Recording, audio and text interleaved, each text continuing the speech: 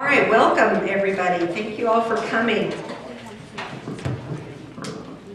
Just making sure everybody's got signed in. If you did not sign in, would you please do that at the intermission so that we can kind of keep track of everybody who's here tonight. Once again, I appreciate you all coming. My name is Rocky Galasini. I am chairman of the Republican Party of Otero County, and this is probably our 400th forum in this campaign cycle.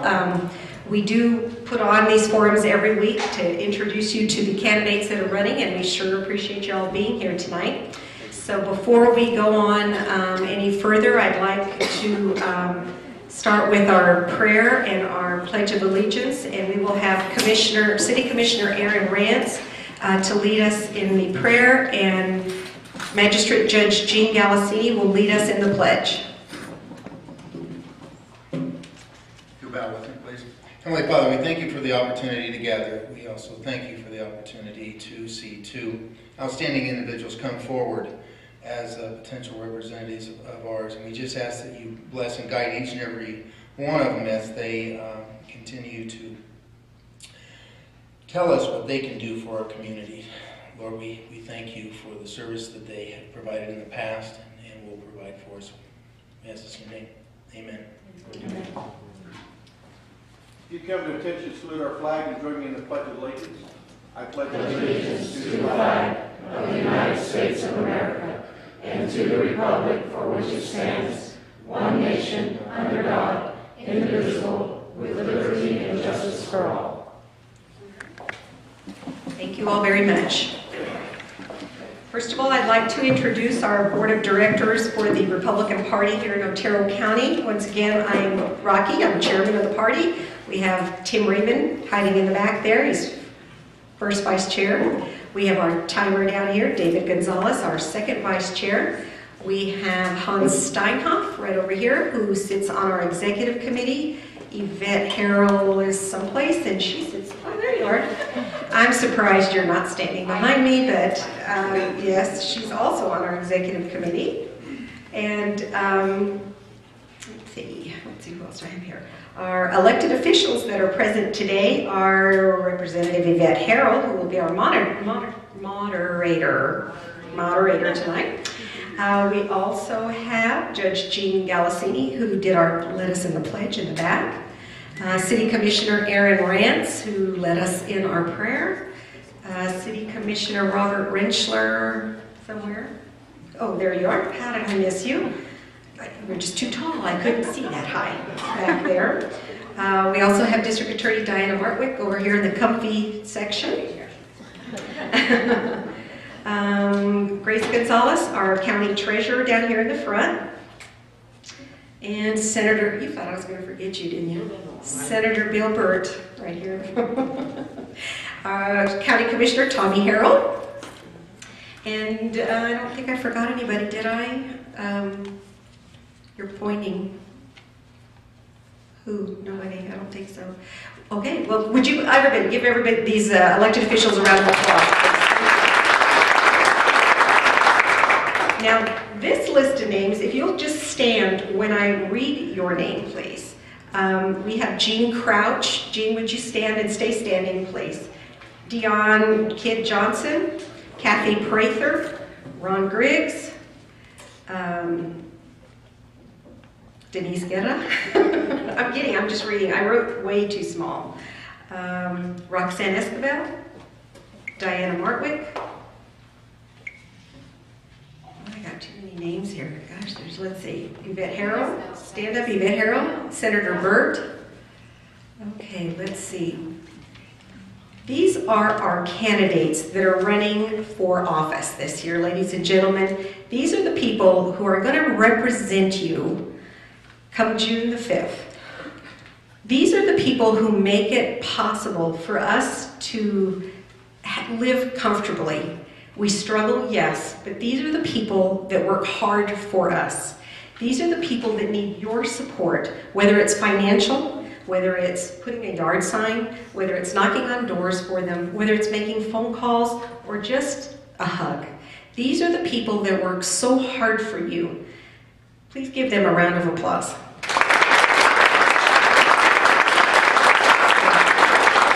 Everybody sit. Sit down now. It's, you know, I guess I can't stress enough. I know when my husband ran for office, it's difficult. It takes a lot of energy, a lot of time, a lot of sacrifice. Again, I've said it many, many times. There's no losers in these races. They're all winners. They come out of this with friends. They've learned a lot, good and bad. They come away with so much. And I know as county chair, I have come away with so much by making friends with a lot of new people, new candidates. They're close to my heart. I want them all to win. I'm, you know, the typical mom. I want all my kids to win, but it's not possible. But they work very hard for you, so please show them your support again, whether it's financial, and they can certainly use $10, $20, $100, or more zeros, whatever, but they can also always use it. So I want to thank you all for running, and once again let you know that whatever the party can do to help you, we're here to support you. So. And then I'd also like to introduce Alamogordo Live, who puts this on, live streams it for us. And if you want to go home tonight and decide that you need to go back and listen to something that you might have missed, or you didn't quite understand, or you just need clarification on, alamogordolive.net. And they do the city commission, county commission. They are out there, ladies and gentlemen. Give Alamogordo Live a round of applause. Okay, well, Yvette's over here telling me my time is up, so I'm going to turn this over to our moderator, Representative Yvette Harrell.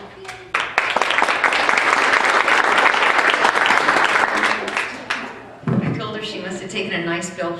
Okay, so tonight we're going to do it a little bit different. So if everybody else stand up. Put your left foot in. No, I'm just kidding. I just wanted to say that. Okay, you can sit down.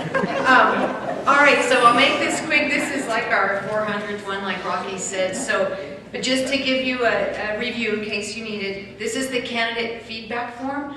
So when you walk in, if you already have an idea of who you're going to vote for, you might check it. But then after you hear the questions and the answers and see how the candidates respond, we might get also, you know, you may change your mind or you might not have. So we'd like for you to do those and also write any comments that you want to. But I will tell you, we want the comments to be kept professional, because we have gotten comments on other races that weren't so good, and so we really use this as a tool. And then as we're moving along here, we have these little white recipe cards. What we'd like you to do is write down a recipe, turn it into Rocky.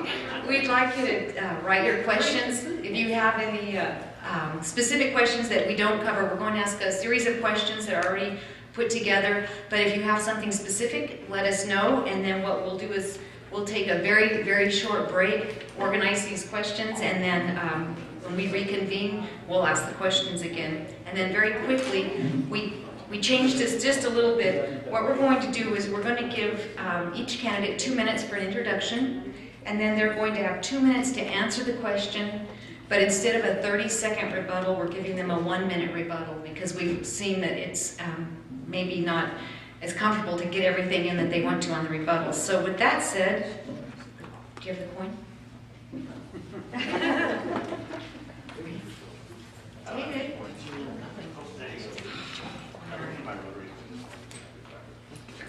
Okay, so I'm going to flip and then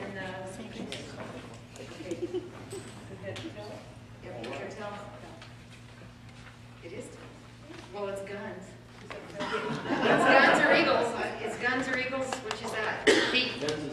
Guns is tails. Guns or heads. Guns or heads. All right, so it's a question. Hey, that was a trick coin. Okay. It's going And- to play the room, though. Because we have one more, I'll ask you the question. Okay, yeah. Do you want to get it? You can do that? Okay, that's fine. All right. You can do it.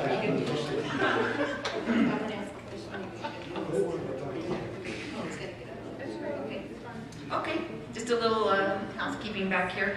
All right, so the first question is this. Oh, I'm sorry. Yeah, we're going to let you have 2 minutes. Introduce yourselves. I know you guys so well, I just figured everybody else did. All right, 2 minutes to introduce yourself. And you can stand. Okay, we can stand.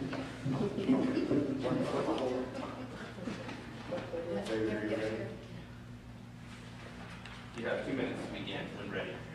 Okay. Thank all of you for being here tonight. I appreciate you coming out. I grew up here in Alamogordo. I graduated from high school here, and I received my bachelor's degree from New Mexico State University in Las Cruces. But like a lot of you, I had to move away from Alamogordo to find a career. I found that in the oil and gas business in Midland, Texas. But I did move back to Alamogordo. I owned a small business, and I got involved in the community. I served in several areas in Alamogordo, including as your mayor. I believe I participated in and directed many things that make Alamogordo better. But I also learned many things. And I learned that some things are just pretty much simple. I learned that we need to let business create jobs because, frankly, that is their business. We need to improve education. We must do better so our children can do better. I know that energy is absolutely vital to our state and our economy. The oil and gas revenues drive our state. We must help it help us. We have two of the most visited tourist attractions in New Mexico, Carlsbad Caverns and White Sands. Tourism is important. We must encourage it. You know, the men and women of our military, they protect us both night and day. We have to support them. Your Second Amendment rights are sacred, and they're safe with me. If you're here illegally, we can't make it legal for you to have a New Mexico driver's license. Corruption is bad. Transparent government is good. Small government is better than big government. I look forward to your questions. Thank you.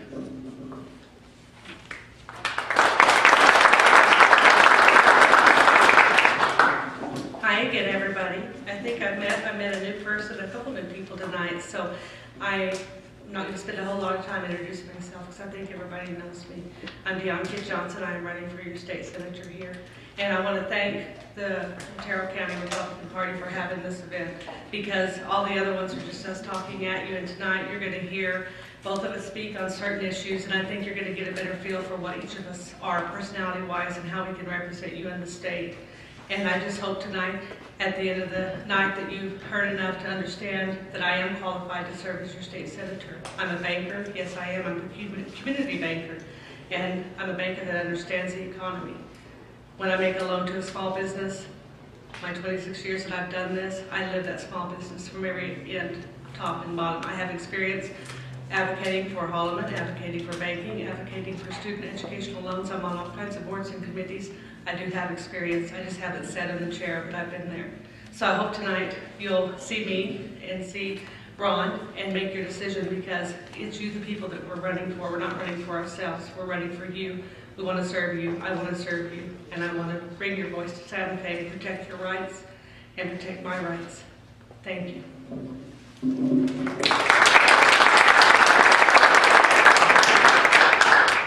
Okay, thank you both. And so after the coin toss, Ron, you're going to get the first question. And the first question is this: What do you see as three of the biggest issues New Mexico will face in the upcoming 60-day session? And you'll have 2 minutes. You know, whenever you talk about government in New Mexico, you sit there and think about, well, education, you think about business, and you think about the fact that you and I are continually infringed upon. Our rights are infringed upon by that of the state government. So those are things that as we move forward with the session, we need to see if we can't address. The governor's going to talk about education. There's a lot of that stuff that is just absolutely correct. There may be some tweaks and some twists and some turns, but I think we can do a lot of good right there.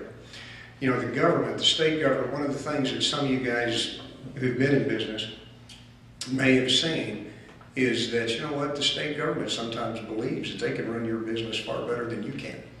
And I think we need to look at those things and be sure that, that we don't pass any laws that infringe on business and on you. Those are things that are absolutely imperative that we do well. I believe that when you talk about those two and you look further into where the session's going, because any number of things can happen. A 60-day session gets anything and everything. Some of you have been up there, some of you have seen that, and we might be talking about this tonight, and we'll be talking about something totally different during that 60-day session. So I think that as we move forward here, we will, I want you to understand that we will protect you, we'll talk to you, we'll deal with you, and we'll do everything we can to make sure that, that we do the right thing for this district. So, so that's what I see, and I'm looking forward to the challenge. Thank you. Well, I know there's 3 issues that are ongoing every year and will always be ongoing, and that's energy, education, and economy. And talking about the economy, the Dallas Fed Reserve put out their April 2012 report, and the southern part of New Mexico has recovered much better than the northern part of the state, and it's due to commodities. We have oil and gas, we have ranchers, we have food, we have chili, we have mining, potash mines in Carlsbad. So overall, 4,000 jobs have been recreated due to this energy, this commodity, and mining, and only 2,400 jobs statewide in other areas. So we have something special here. The whole county that the whole district we represent, Doña Ana County, Eddy County, Otero County, we have all those areas, and I'm very familiar with those. And education, the governor put forth her Read to Lead initiative. She rolled it out on the 16th, and I think it's very important to make sure our children all have the same curriculum to their in 4th grade, 3rd grade. So as they move around, the mothers and parents have ability to get information and help their children learn in the same way the teachers. So it's very important. And the energy, we need to use our own energy, wind and solar power, and the ethanol costs a lot to put in place, the research. For all of that, we need to use the resources we have here first and quit using our money to try and recreate the wheel. While we're making the wheel, we can use our own energy and save everybody some taxpayer money while we need the economy to respond.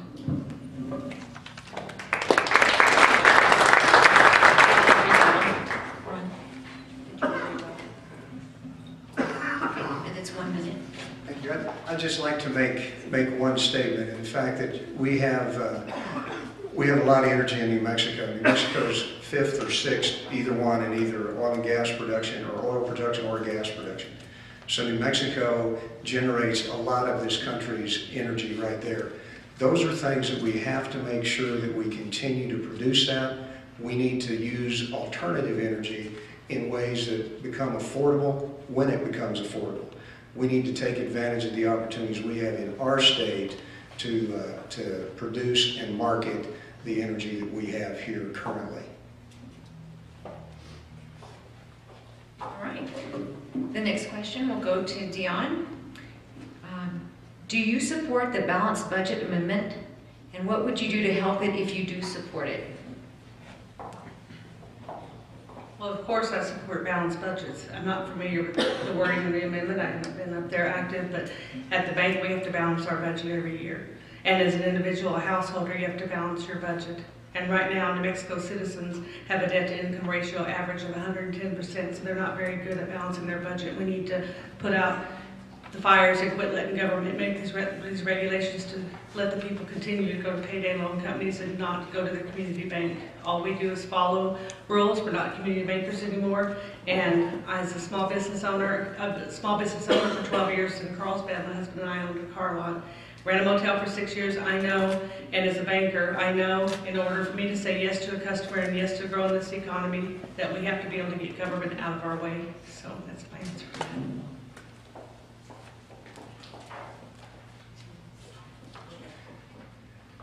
You know, the city of Alamogordo, of course, is required to balance its budget. So we did that every single year that I was on the city commission. Sometimes it's a little harder than others, but that's the stuff that you've got to do. And if you want to serve the people correctly, you don't put them in debt. You sit there and you do what you can pay for. You market your community the best you can. You grow its economy. You make Alamogordo, you make Carlsbad, you make Cloudcroft, you make all of us better than we are today. And I think part of that is being fiscally responsible, balancing your budget, living within your means, If you have a project, you talk about it among yourselves, and you're the ones that generate the revenue to do the projects. You know, it's one of those challenges that all of us have to face, is that, you know, if I don't have the money that month, I can't afford to go out to eat. I can't afford to go buy something I may think I need at that particular moment. We have to work to do that. We do. We have to balance the budget. We have to have, I mean, I kind of think it's interesting to have a balanced budget amendment of any time. We need to be balancing the budget anyway. So we don't necessarily need to have somebody kick us in the tail by having a balanced budget amendment. We just need to do it. We need to all stand up and say that we have to make that happen. Whoever is the legislature has to make that happen. Thank you. Did you want to, okay. All right, so this next question is for Ron, starting. What drives you, and name for us one reason that inspired you to run for office? And you'll have 2 minutes.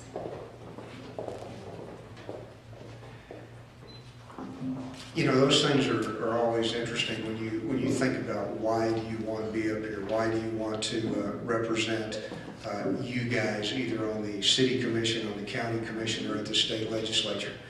You know, I just feel like I bring stuff to the table that can readily adapt to the legislature, to the city commission. I think I can help make Santa Fe, make the state of New Mexico better. I believe the experience that I have in the oil and gas business, in the city of Alamogordo, I believe those things are important, and those things can make me the best choice for this position. You know, I've served in the class council when you go back to high school. It's always a deal to try to make the places you are, better. And that's what I think I can do, and that's what I look forward to having the opportunity to do. Thank you.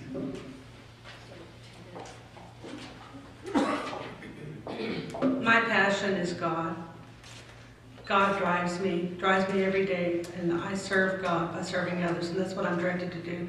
I didn't plan on running for this office. It came out of the sky blue. I always knew my dad is my idol. He was 12 years in the state senate, and I always knew I would follow him in politics. I just didn't know it would be right now. So when it came up and I had to make a choice within 2 days, I prayed a lot about it. But you know what? I am passionate about my rights, your rights. And as a small business lender, I live every day the struggles of small businesses go through just to make it through the day and make payroll. Ron talks about running the title company, making payroll. What does making payroll mean? It means giving up a lot of what you have so your employees can have a job. So that's my passion. I understand water issues. I understand the ranchers out there. I understand that 2050 we're going to be 9.2 billion people in this country. We're 7 billion right now. It took us 12,000 years to get there. I understand that it takes 2,000 gallons of water to produce 1 pound of meat. Each human, not my husband, he eats a lot more meat than I do, but eats 270 pounds of meat a year. That's 540,000 gallons of water for each individual just for the meat we eat. And in the next 35 years, we're going to have to produce as much food as we've produced the last 12,000 years. Past wars have been over nationalities, religion, occupancy, oil and gas. Future wars are over food. I'm passionate about protecting our rights and our property rights and making sure our ranchers and farmers and miners and potash and all the energy that we keep that going, because we don't, we're going to have a world hunger crisis. So. Did you want to add anything? No. Okay. You get the next question. Okay. I'm sorry. Dion gets the next question. What is your stance on educational vouchers or tax breaks for families who choose homeschool or private school as an option for their children, and why? I'll tell you what I think about homeschool and the education vouchers. In the 6th grade at Riverside Elementary School in Carlsbad, the teachers and the school decided to try this open concept teaching. And they put us all kids in the library, and we had to have a little map, a book to follow to teach ourselves. And we just had to check it off and turn it in to show them what we did. And a lot of the kids were goofing off as usual. And about 5 of us stood up and said, we don't like this, we're not learning. I want my math back, I want my English teacher back, and we rebelled. And Mr. McElwee, principal, put Mr. McElwee over our class and put us in the classroom and wouldn't let us have lunch with everybody else and gave us class. And after 5 days, we loved it, they hated it, they gave it up. I missed out on English and math. If my mother could have done something about that and taught me at home and made sure I got my English and math in 6th grade, I wouldn't have struggled to overcome it all these years. And if the state has vouchers where she could have used the money to help reimburse to get the tools to teach me, I'm 100% for it. I think parents know what their children need, and if they're not getting it in school, the parents need to take care of it at home, and we need to help that.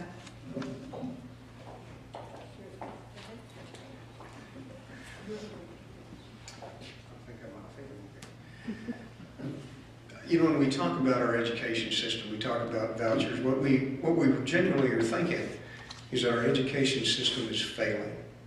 And when we look at New Mexico and we see where we rank, it is. It is. So what are the options that you can do to fix it? Charter schools, vouchers, that's an option. Hopefully it's a viable option. I think it's one that needs to be thoroughly investigated and we move forward with it if it works. But I think when you look at some of the initiatives that the governor is putting forth, she's putting forward her reading initiatives for the first through third grades, where she wants to help those kids by having tutors come into the classroom or additional reading teachers to help make those kids, help teach them to read. I think if you get past that, you certainly have opportunities for kids to be successful. But I think as we move forward with education, we have to look at all the options because, you know, vouchers may be the way, but I don't know that they are. I'm going to have more education so I can sit there and tell you they are.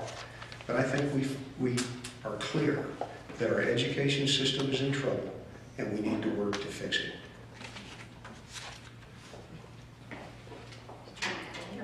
Okay. All right. Now this final question that I have goes to you. Okay. Both of you have business experience. What would you do to help small businesses, mom and pop operations in your district? 2 minutes.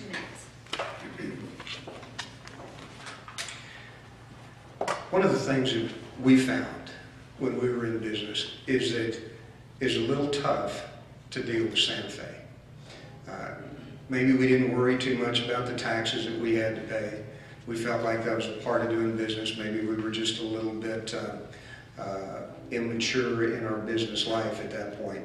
But every time you dealt with the bureaucrats in Santa Fe, every time, it just didn't happen very well.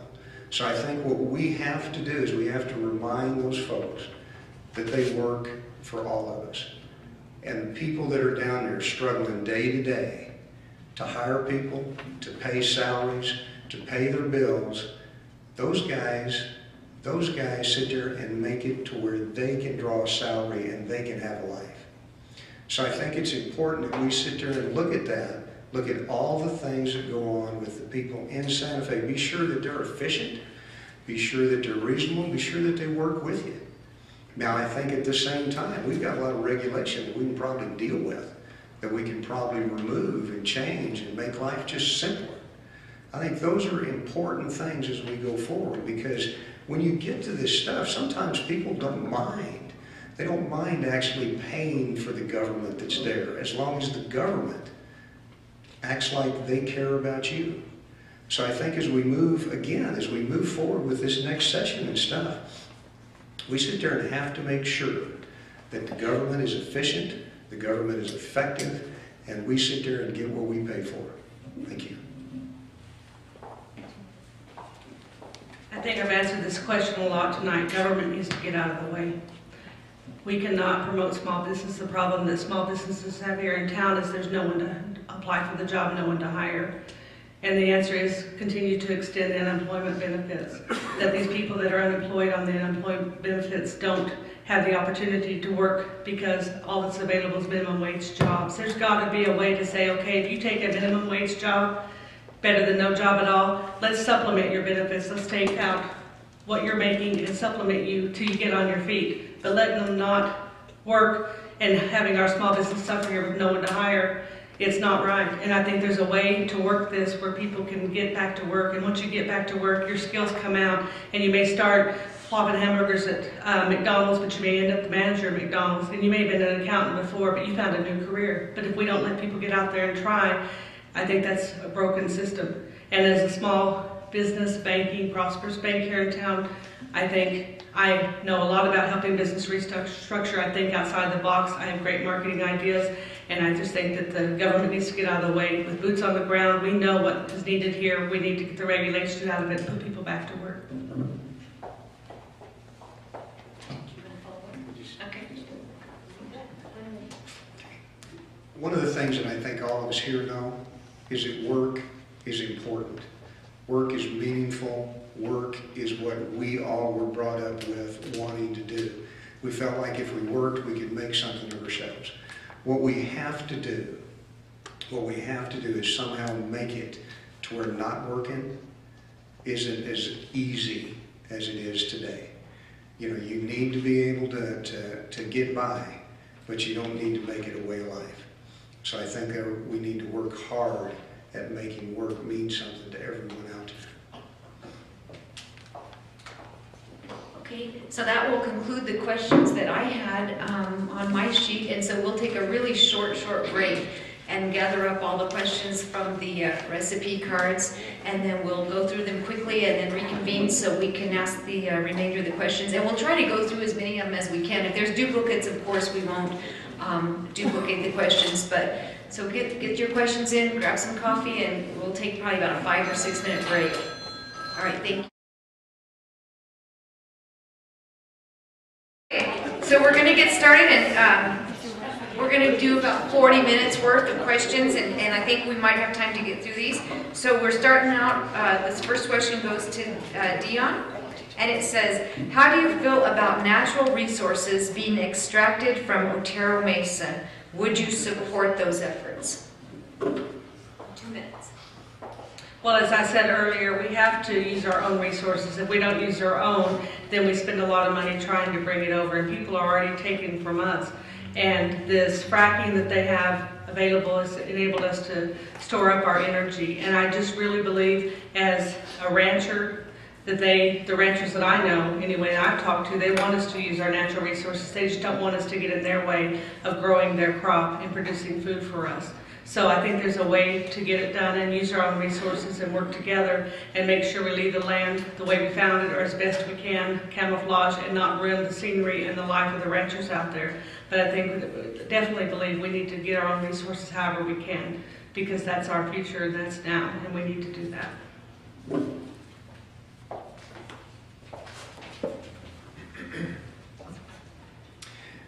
You know, it's important that we use our own energy. So it's important that we produce the gas that's on Otero Mesa. Now, I don't know how many of you guys are familiar with natural gas fields. Natural gas fields are usually developed in New Mexico on 320-acre spacing. These particular wells, in talking to the geologist with Yates Petroleum, who actually worked with me at Texaco years ago, and he wanted to drill these properties then, he said they've changed that and they want to drill the wells down to around 640-acre spacing. So that means you'll have one well every square mile. So that's not going to be a lot of wells. And the oil and gas companies, you know, it doesn't make much sense to them to drill more wells than they need, because the wells cost them money to drill. So I think what they need to do, what we need to do, we don't know, they don't know right now whether or not there's even production in paying quantities on Otero Mesa. The number of wells that are there don't tell them that. So they need to do and drill at least 2-3 more wells to be sure that the field is viable. So I think we need to at least find that out, and then that will kind of tell us what we've got, because it's certainly possible they go down there and drill the next 2 wells, and lo and behold, there's no natural gas. So then it's just a done deal.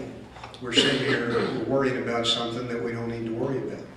But as you go, they need to work with, and I think the BLM put some of the most restrictive regulations on those properties they had ever done. So I think if if the state hadn't sued them, we'd have had them drilled. So the state jumped in there where maybe they didn't really need But I think we're close, and let's see if we can't produce that down there, or at least know what's there. So I think we need to do that.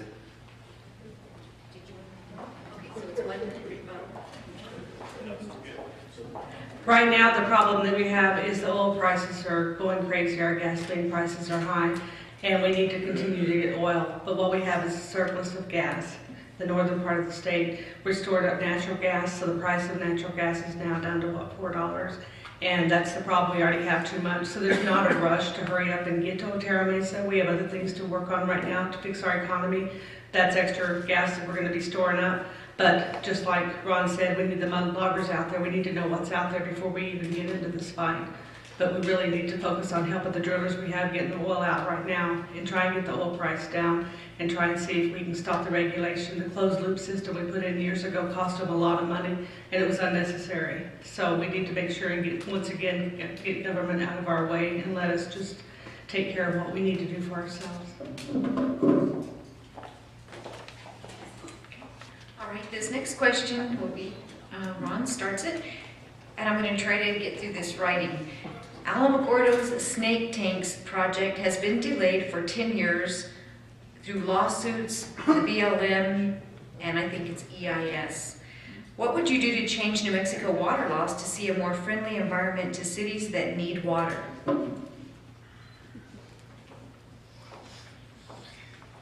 Gosh, you guys, this has been an issue that has been troubling to Alamogordo for years and years.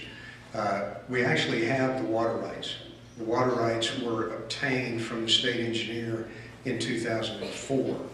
However, the lawsuits that followed delayed the project and delayed the project. The BLM still has not yet approved the environmental impact statement for Snake Tank. That is maybe in the foreseeable future. So if that happens, we'll be able to move forward. The city of Alamogordo will be the first community in the state of New Mexico to desalt brackish water for large-scale public use. When you look at water rights, though, and you look at fresh water and you look at brackish water, there may be some things that we could do when you identify brackish water as an amount of total dissolved solids parts per million. Right now, you have to for Alamogordo, we have to have water that is less than 1,000 parts per million of total dissolved solids for we to deliver it to you to drink. So where we go with this other, if we can define brackish water as being water of, say, 3,000 parts per million, maybe we could initiate some different rules to make brackish water more readily available to communities. They won't necessarily want to use it because it's too expensive. But in time, with the changes in membrane technology, we may be able to make it far more affordable than it is today. So I think we need to look at some of that, and I think there's a variety of things we could do, but it pretty much starts with that definition and creating different rules for different types. This is just another example. We have the rights to the water. And once again, government's getting in our way. We need to stand up. We need to get in their face and take care of this. We need to quit trying to negotiate on the table. We need to stand up for our rights. We got to get the people involved. We got to make sure you understand what the problem is. We got to get the word out. And this Alamogordo Live is beautiful because people that are not here today can watch it over coffee in the morning and they can see what we're talking about. And these issues are important to all of us. And I talked about water, the precious resource that it is earlier. And Elephant Butte, they're trying to divert the water away from the farmers down there. And if you pull up water on Google and you read what's going on in the state, it's not just the city of Alamogordo that has issues with water rights and lawsuits. And we, the people that work 8 to 5, need to find a way to get our voice out. And I want to be that voice for you, and I can do it. Thank you. Let me add just one quick thing as it relates to Snake Tank and the BLM. I want you guys to understand that's a pipeline. Is what that is. It's a pipeline across the surface running from north of Tularosa near Three Rivers to Alamogordo. The well field also sits on BLM land, so there's some issues with drilling the well, but the water rights belong to the city of Alamogordo. So it's being able to transport that down. And I want you to understand the city of Alamogordo has worked very hard for many years to bring that down. And it has been a real struggle with our BLM. But it wasn't just them. There were some other people that helped them make some of the decisions that they made. And so I think it's important that we all work together, but we also need to understand that we do need to kind of get after these guys a little bit and remind them what it is that they're trying to do and what we're trying to do in order to protect the citizens of this community.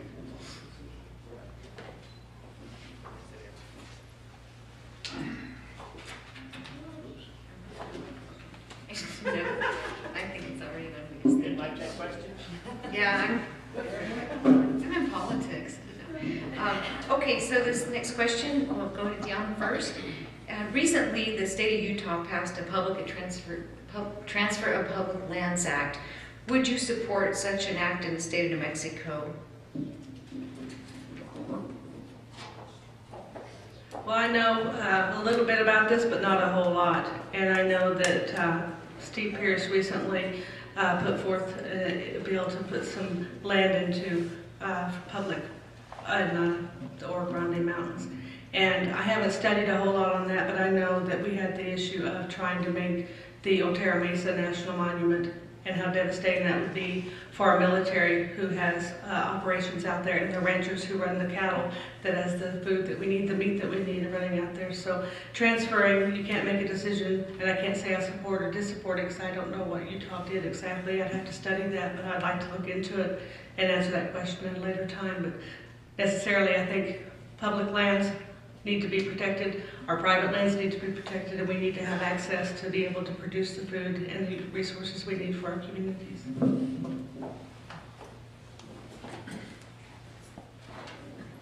You know, I don't know exactly what Utah passed either, but the Utah delegation to the federal government has continually asked to transfer back 5% of the federal lands in Utah back to the states. They have not been successful with that. One of the things that I've talked to Congressman Pierce about the first time he was in Congress was that, you know, we have a lot of communities in New Mexico that have federal lands adjacent to them. Cloudcroft is an excellent example. Cloudcroft is surrounded by the Forest Service. If we were able to quit claim deed back, transfer back an amount of land, say a half a mile, quarter mile, around the city limits of Cloudcroft, village limits of Cloudcroft, to Cloudcroft. Let Cloudcroft then deed it out to development, save some of it for parks. If Cloudcroft could make that decision, who is best to do that? It's not Washington, it's Cloudcroft. And look at what could happen at Los Alamos, Snowflake, Arizona. I mean, Alamogordo has BLM and Forest Service immediately adjacent to it. What could we do if that was available to us? And that, I think, is something that we could do in the state legislatures. We could pass a memorial or pass legislation asking for our governor or so to get with our delegation to see if there is an opportunity in that. We may need to tweak it, we may need to mess with it a little bit, but I think ultimately that's something that would be in the best interest of our small communities and some of our larger ones. I don't really know how I feel about that once it's in public to bring it back into private and let a city build it out or whatever. We have encroachment issues, but I know Cloudcroft has a big issue at thinning the forest and the fire hazard it is, and they have to be able to work together to get that with the Cloudcroft community safe from the forest. And I think that's a large issue right now, and I think the county's even looking at suing the government and trying to fight this, and it's going to cost us a whole lot of money just to get the right to protect ourselves with the public land that we have. And I think if we stepped in there and tried to get it turned over to private, that's a fight we don't want to get in right now. We need to be able to use the public lands, but use them to keep us safe. That's what I want to do for you, is keep you safe. That's what the Constitution affords each one of us, the safety of our persons. And we need to do that and not be worried about trying to build out, but protect what we have and take care of us now.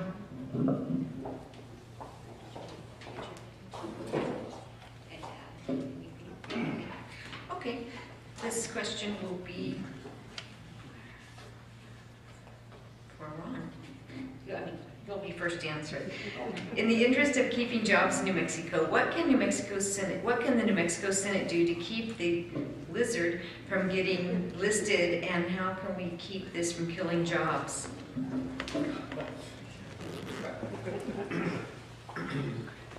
The city of Alamogordo, while I was mayor, we passed a resolution that was sent to us from the community of Artesia, asking that the lizard not be listed.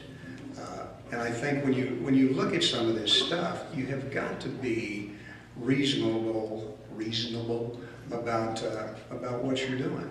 To sit there and think that this little guy, about that big or so, should cost hundreds of jobs to our state is not reasonable.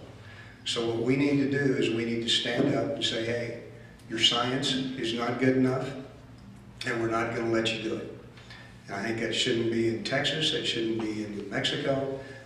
This little guy should not stop the development of oil and gas properties in the eastern part of the state. And we just need to move forward and just say, no, this isn't going to be it. But the city of Alamogordo did do that. And I'm proud that the guys stood up and said it. Thanks. Once again, government gets in our way to be able to produce the product that we need nationwide and to keep us safe. And right now we have a problem with the overgrowth of elk up in the mountain area. And we're about to have a big issue about how to get rid of the elk herd that are eating all the grasses that our cattle need. And once that issue comes up, you'll see a fight over that too. We need to protect the resources we have. We need to protect the animals that run them, but we also need to understand that there's a way to have a happy medium, how to drill without spending extra money, figure out how many lizards per square mile we need or whatever it is. But it is an issue that environmentalists get into, and we let them run with it. We don't fight it. It's one thing you just want to sit back and know, that's not one thing we're going to talk about. The environmentalists are on it. So what? We're environmentalists just as well, but we need to have our resources taken care of here. And we had the same thing with the SunZia trying to put in the transmission lines to get wind power down through all of us for clean energy. They had trouble putting it underground, fighting with our military over low-fly zones and all of that. They can't run it another route because they're going to mess with the silver minnow or whatever the fish was. So it's a detriment to us that we can't work through this in some kind of way and find a match in the middle. We stand up and fight and spend a lot of money fighting over something that we can solve ourselves.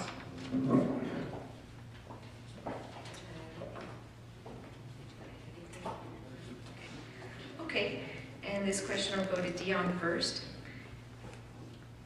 Would you favor or oppose doing away with the personal income tax in New Mexico, and why? I would oppose doing away with it, but I sure think it needs to be looked at. We need tax reform. Small businesses need tax reform. We're taxed to death, and every time you look up, when we need to buy something or spend money somewhere, it's another tax. It's another gas tax. It's another alcohol tax. It's another tax. We're taxed to death. And I think that in order to support our state, in order to support everything that we have and the resources that we have, we need to put part of our income out to help that. But how much and who gets it and who doesn't and how much, I think a straight tax across the board would be wonderful, but that's a federal issue, state taxes. I'm not real familiar with how the process works, but I can get familiar with it real quick when I get up there. So I just want you to know that I'll keep your interest in mind, and the small businesses we're paying not too much, and there's a lot of people not paying anything, and I just think it's not right.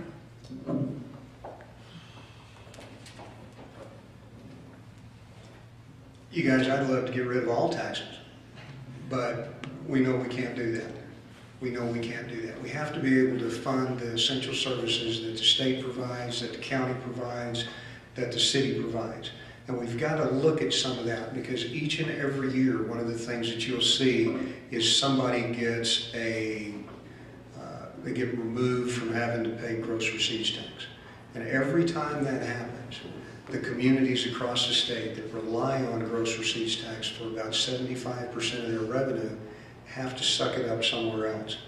So we have to be aware of what we do when we make those sorts of changes. we probably should look at our corporate income tax. I think this past session they attempted to remove some of it, but I think we probably need to look at it and balance it out or adjust it, and maybe some things need to even out so we can attract some businesses here, because if we get the businesses here, then we can get the jobs here, then we can get the opportunities here, and New Mexico can lower all the other taxes that we have to pay because we have the vibrant economy that we need to make the state work. Thanks. I just want to say something real quick. I think that Ron and I are saying the same thing. He's just a little better at it. He's been at it a little longer. But I think tonight you'll see that we don't have a lot of disagreements. So I just wanted to point that out. That thank you for that. We're both good candidates, so it's up to you guys. Okay, that was the last question that we have from the audience. And what we'll do now is we'll give each of these guys 2 minutes to close, and we'll start with you, Dion. Well, I know I talk too fast. I'm the baby of 3 girls and an impatient parent, so I have to say a lot in a hurry to get it all out. And when I try to slow down, my passion doesn't come through. So I hope you were able to keep up with me tonight and to see my passion and to see that I am educated, I have experience, I can do this job, and I'll do it with passion and fervor. And I will research everything I can and understand issues that come up, and I'll know them inside and out. And I may talk fast, but my mind's running 100 miles an hour because there's so much I want to tell you guys. And I just, as a mother, as a daughter, as an employer, as your friend, I ask for your vote on June 5th. I want to speak for you, I want to protect you, and I want to be in Santa Fe. It is my passion. Thank you.